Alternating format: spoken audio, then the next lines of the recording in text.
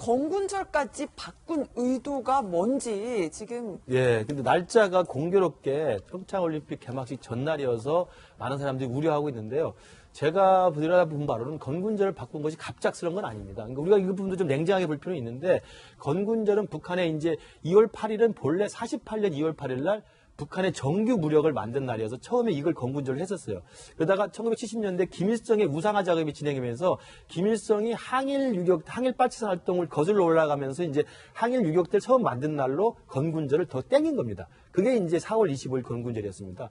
그러다가 김정은이 집권하면서 김정은은 나름대로 정치적으로 독자 노선을 가기 위해서 할아버지와 아버지 영향에서 벗어나고자 하는 여러 가지 정치를 썼는데, 그 중에 하나가 그러면 건군절도 굳이 할아버지가 빨치산 만든 날에 무슨 건군절 할 필요가 있느냐. 우리 공화국의 정규 무력을 만든 날을 건군절을 하자고 그래서 2015년부터 2월 8일 행사를 기념을 해왔고, 금년 신년사에서도 김정은이가 이번에 2월 8일 날 건군절 행사를 크게 하겠다는 이야기를 밝힌 바가 있어서, 날짜는 공교롭습니다만 북한 내부적으로 김정은 스스로가 할아버지 영향에서 벗어나겠다는 사업의 일환으로 건군절을 바꾼 걸로 해석하시면 됩니다. 저 열병식 할 때 혹시 근데 막 핵미사일 이런 거 나오는 거 같아요? 그 우려도 굉장히 많이 하고 있는데요. 만약에 올림픽 개막 전날 핵미사일을 새로 선보인다든지, 그러니까 신형 ICBM 그렇죠, 이런 것들을 신형 ICBM 보인다고 한다면 공개를 우리로서 굉장히 좀 무리한 좀 도발이라고 볼 수 있다고 생각합니다. 그러나 그것도 모르겠습니다. 제가 볼 때는 제가 김정은 위원장하고 통화한 적은 없지만 아마 2월 8일 날 개막식 전날 우리 대한민국에서 어떤 정도를 좀 우려하고 있는 걸 충분히 알고 있다고 한다면 평창 참가를 자기가 결심한 김정은으로서 아마도 남측에게 부담이 될 만한 무기 공개는 저는 안 할 것으로 좀 예상합니다. 그러니까 상식적인 판단으로는 김구식 네. 교수님 말씀하신 것처럼 북한에서 열병식에 뭐 ICBM 새로운 핵무기 공개를 안 하는 게 맞다고 생각하는데 늘 예측을 벗어나니까 김 교수님 생각대로 예측대로 된다면 좋겠지만요. 김영주 의원님, 저는 ICBM 혹시 나올까 봐 정말 걱정이 되는데 네.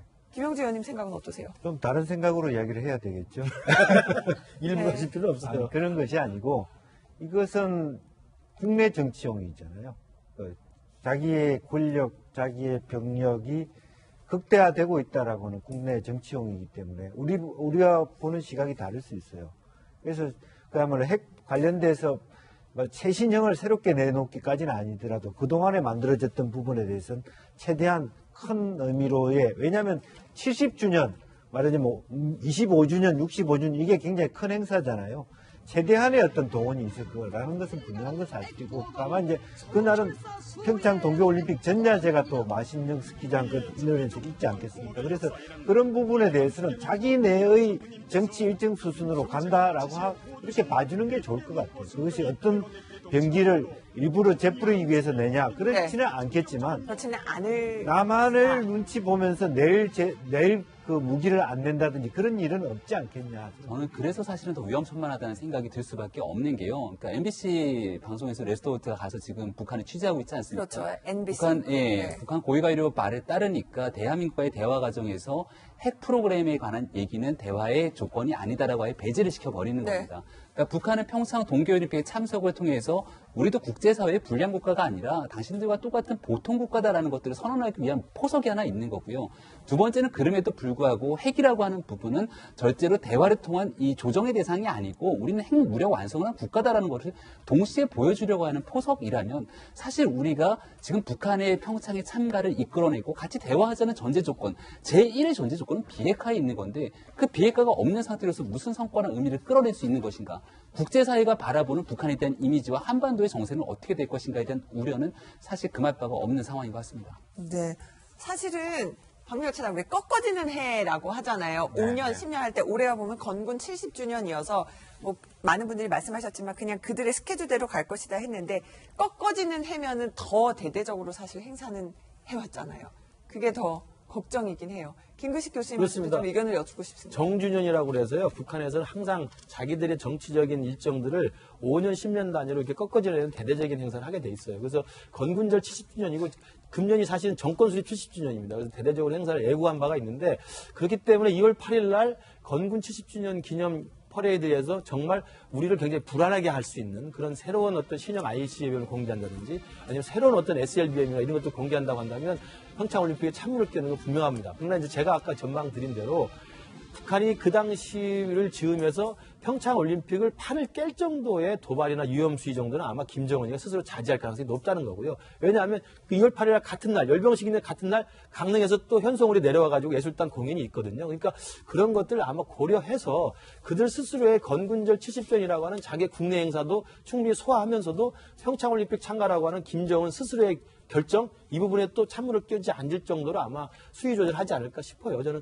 그렇게 뭐 조심스럽게 전망을 해봅니다. 물론 그날 가서 확인을 해봐야 되겠습니다만. 그래서 화면에 몇 차례 지금 나갔긴 했는데 현재 평양에 있는 미림 비행장에서는 네. 병력이 한 12,000명이 지금 예행 연습을 하고 있고요. 장비도 한 200여 대가 지금 연습에 지금 투입돼서 실제로 하고 있고 정부 소식통에 따르면은 이 김근식 교수님 말씀과 좀 달리 ICBM 발사대 정도는 뭐 등장할 수 있지 않을까, 뭐 ICBM도 함께 지금은 이렇게 안 보이고 조심스럽게 있다는 거죠. 예상을 하는데 지금은 아직 탄도미사일 실은 발사대가 보이진 않지만 6월 8일 아직 시간이 남았잖아요. 이동식 발사대가 뭐냐면 이제 여러분 기억하시지만 퍼레이드 할 때 그 미사일을 싣고 가는 바퀴가 여러 개 달린 그걸 네. 이동식 발사대 텔이라고 하거든요. 그 이동식 발사대는 지금 미림 비행장에서 보이지 않고 있다는 건데 아직 시간이 있기 때문에 두고 봐야 되겠죠. 누구 말씀이 맞는지 다만 제 바람은 기상 전문가가 아니고 기상 전문가, 비가 오는지 진동기 비가 날씨도 오는지. 영향을 미칠 수가 있겠네요.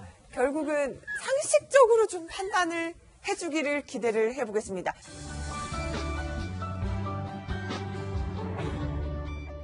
이 기사입니다. 한국일보 신면입니다.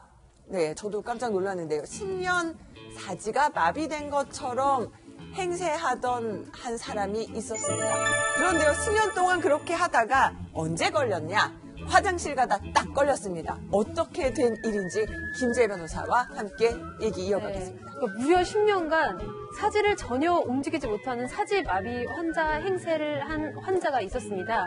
2007년 4월경에 가벼운 접촉사고를 당했는데, 교통사고요. 네. 교통사고를 당했는데 그 이후에 약간 원인 불명의 사지 마비 증상을 보인다고 의사까지 속였습니다. 네. 그러니까 뭐 못 움직이겠다고 하니까 의사 입장에서 뭐 어쩔 수가 없었던 거죠. 그래서 보험금 3억 원을 미리 타냈고요. 그리고 또 추가로 21억 원을 더 타내기 위해서 법정 소송까지 진행을 했고요. 실제로 그 소송에서 약 11억 원 정도의 일부 승소 판결을 지금 받은 상황이에요. 지금 저분이요, 이제 사지 마비가 됐다라고 이제 얘기를 했는데, 그런데요, 네. 엘리베이터를 타는데 이 CCTV에 왜 네, 또 지금 하필 발로? 짐을 들고 있으니까 네. 지금 손이 지금 묶여 있는 상황이니까 발을 번쩍 들어가지고 엘리베이터 버튼을 누르는, 그러니까 출입문 버튼을 누르는 이제 그런 장면까지 CCTV에 지금 찍혀서 굉장히 충격을 주고 있는 건데요.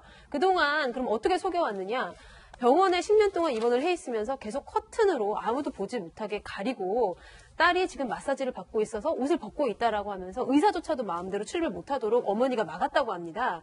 이제 그렇게 하고 있다가 어느 날 이제 밤에 저 환자가 벌떡 일어나서 화장실에 갔는데 그걸 이제 옆에 있었던 다른 환자가 보게 된 거예요. 그러니까 마치 진짜 오밤중에 귀신이라도 본듯 화들짝 놀랐다고 해요.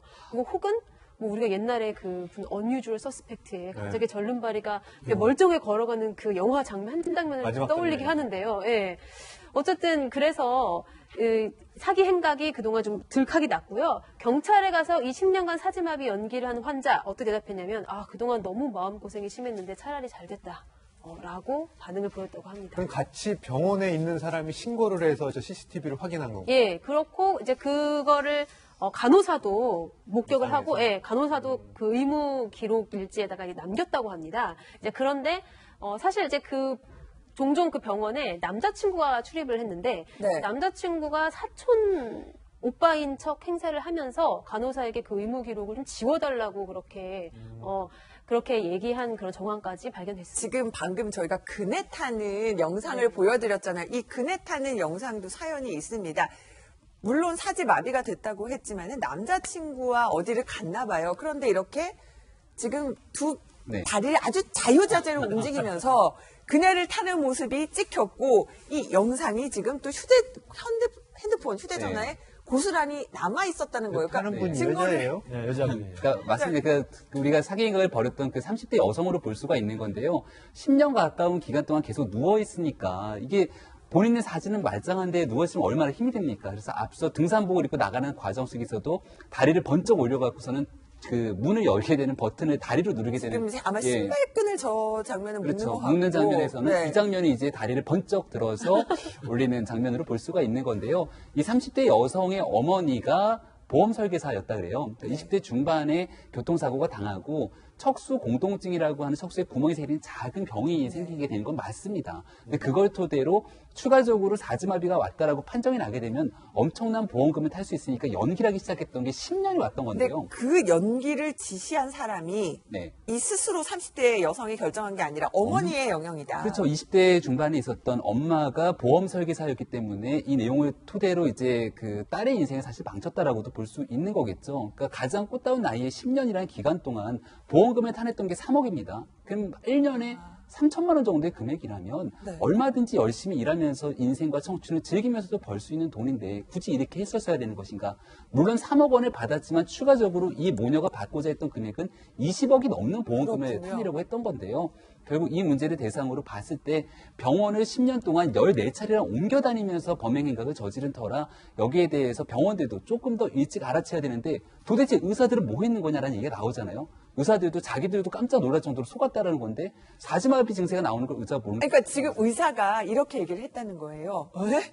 사지마비 환자 행동이 아닌데 나도 속았다. 그러니까 의사까지 이렇게 속였다는. 의사들이 속을 수밖에 없다라고 얘기를 하고 있는 거는 실질적인 배변 활동도 사지마비가 안 되기 때문에 관장을 하거나 호수를 삽입해 갖고서는 배변 활동까지 하니까 이거를 연기라고 볼 수가 없었다고 판단을 하는 거죠.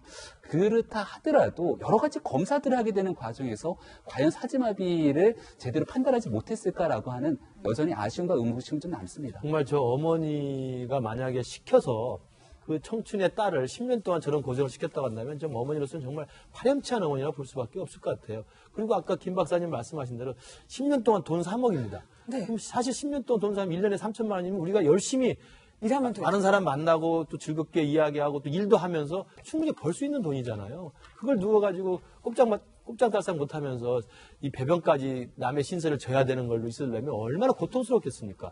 저 아까 밖에 나가서 그네 타는 것도 아마 10년 동안 누워있는 그 피해자가 아니죠. 그 딸의 입장에서 보면 기회가 있으면 나가서 정말 전신을 움직이면서 운동을 하고 싶었겠죠. 아니 20대, 30대 10년 동안은 그렇게 사지마비 행세를 하면서 누워 있었다는 건데 정말 가장 정말 에너지 넘치고 일하고 그렇죠. 열심히 놀고 할 나이잖아요. 그러니까 저는 저 어머니가 만약에 저런 것들을 사주에서 주도해가지고 했다고 한다면 어머니가 자기 딸에 대해서 인생을 망쳤다는 결론밖에 안 내는 것 같고요. 저는 딸도 지금 사실은 정신적으로 멀쩡한 상태라고 한다면 10년 동안 그걸 버텨냈던 자체가 기적적이라고 생각해요. 보통 사람 같으면 한 1년 정도만 사지마비 행세를 하면서 누워있어도 얼마나 고통스럽겠습니까? 다른 뭔가를 해도 굉장히 잘할 것 그러니까요. 같아요. 그러니까 저는 그게 딸이 어머니에 대해서 저항할 수 없는 뭔가의 정신적인 의존이 있었던 것인지 아니면 누워서 저렇게 하는 것이 저는 오히려 밖에 나가서 생활하는 게 훨씬 나았을 것 같은데 누가 봐도 또 일반 사람이 생각해 보더라도 좀 납득하기 어려운, 이해하기 어려운 굉장히 좀 놀라운 사건 같습니다. 10년간 그렇게 해서 병원에만 있었던 거예요? 그렇죠. 그렇죠. 누워 있었던 거예요?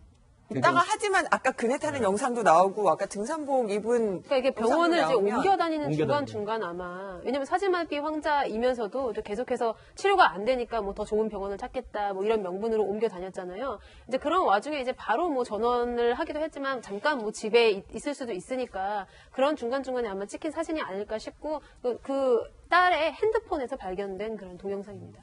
근데 아까 금액은 3천만 원은 작은 금액은 아닌 것 같아요. 3억 원과 그러니까는 네. 총 아. 연간 3천만 원. 1년에 3천만 원. 네. 뭐 적은 금액은 아닌 것 같아요. 근데 저 정도 노력이면 저는 3천만 원 벌었을 것 같아요. 그리고 아무나 할 수 있는 그런 정도의 노력이 아닌 것 같아요. 그러니까 우리한테 에너지가 있잖아요. 이제 뭐 연간 이제까지 타낸 보험금은 3억 원이고 원래 20억 원 정도도 더 받고 맞아요. 싶어 해서 소송을 했는데 결국은 이제 10년 만에 들통이 났습니다. 저렇게 사기에 쓸 머리와 에너지라면요. 좀 더 건설적인 일에 쓰면 얼마나 제가 보니까 좋을까요? 머리가 없네요. 그걸 동영상을 찍고 있는 거 보면. 그게 머리가 있는 건가요? 저 관련해서도요. 어쨌든 잘못하거나 사기 행각은 언젠가는 들통이 납니다. CCTV도 있고요. 영상도 있고요. 모두 다 감시를 하고 있습니다.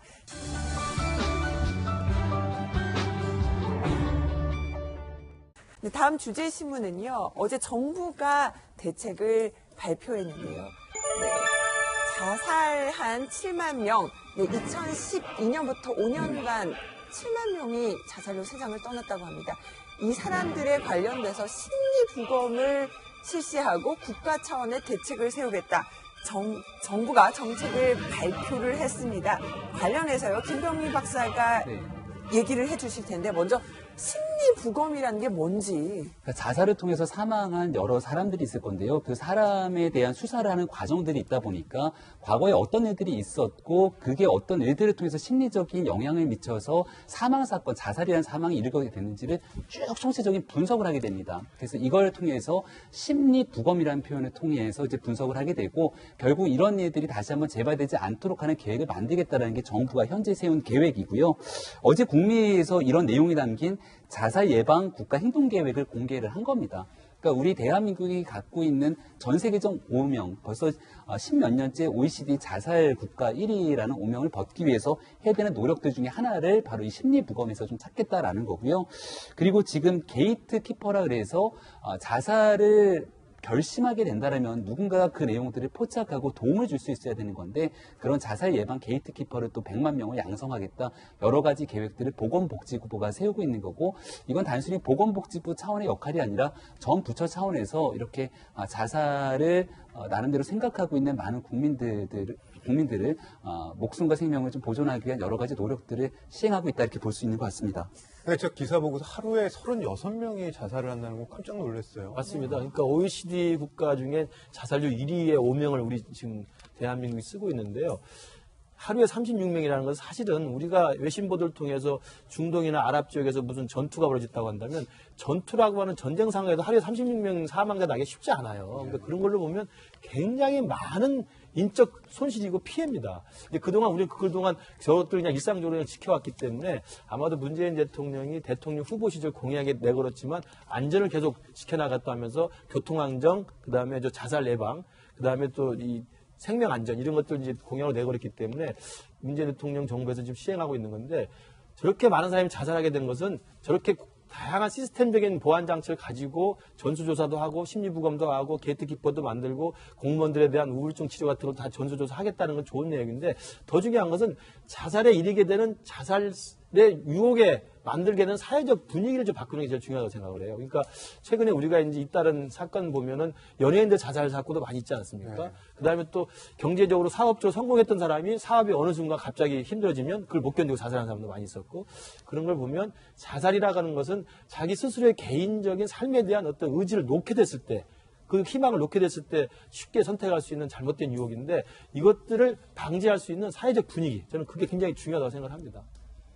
네, 보면은 지금 마포대교 모습 많이 힘들었구나 이렇게 위로하는 메시지가 써 있어요. 아까 산호라면이라는 노래 가사도 이렇게 적어서 혹시나 그 충동을 느끼시는 분들에게 마지막으로 희망적인 메시지를 주려고 또 여러 가지 장치를 준비를 하고 있는데 김재희 변호사 아까 그런 얘기들을 했잖아요. 보면은 이 자살 게이트키퍼들이 좀 어떤 식으로 도와주면 좋겠다 이런 얘기도 나눴었는데 네, 그래서 우리가 구체적으로는 선진국인 일본과 좀 영국을 모방할 필요가 있다. 이제 이런 이야기들이 나오고 있습니다. 일본 같은 경우에는 총리 직속으로 자살 대책 그 추진 본부를 만들어가지고 운영을 하고 있고요. 그다음에 또 우리가 돌직구쇼에서도 소개드린 바 있지만 영국에서는 외로움 담당 장관이 새로 이제 개설이 돼가지고 이런 사회적으로 문제시되고 있는 그런 외로움을 잘 관리하고 그래서 자살을 예방하는 그런 캠페인을 진행을 하고 있는데요. 특히 우리나라에서 가장 이 자살률이 높고 심각한 문제를 일으키고 있는 것이 노인 자살입니다. 노인들은 이제 특히나 사회적으로 조금 이제 고립되고 이제 외로움에 굉장히 시달리고 있고 이 노인 자살률이 국민 다른 연령대보다는 평균 한 2.1배 정도 높다고 해요. 이제 그렇기 때문에 이제 어떤 독거노인 문제라든지 아니면 이런 노인 일자리 문제 혹은 이제 굉장히 이제 경제적 곤란을 해결할 수 있는 각종의 이제 복지 대책 이런 것들을 조금 충실히 마련할 필요가 있지 않나 생각됩니다. 보면 이제 우울증 검진도요. 방역차장 40대, 50세, 60세, 70세 의무화해서 조금 더 그 마음을 우리가 잘 좀 다스릴 수 있도록 이렇게 검진까지 좀 의무화하겠다라는 정책까지 나왔어요.